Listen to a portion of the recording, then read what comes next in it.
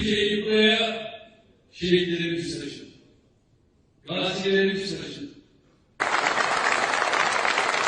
Rabbim yolumuzu, rahatımızı açık ettiriyorum.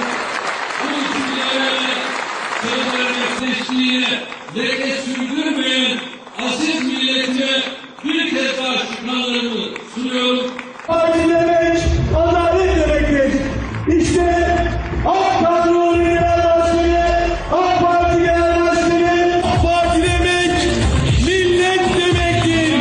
AK Parti demek, birlik demektir. İstikbal demektir. Umut demektir. Sevda demektir.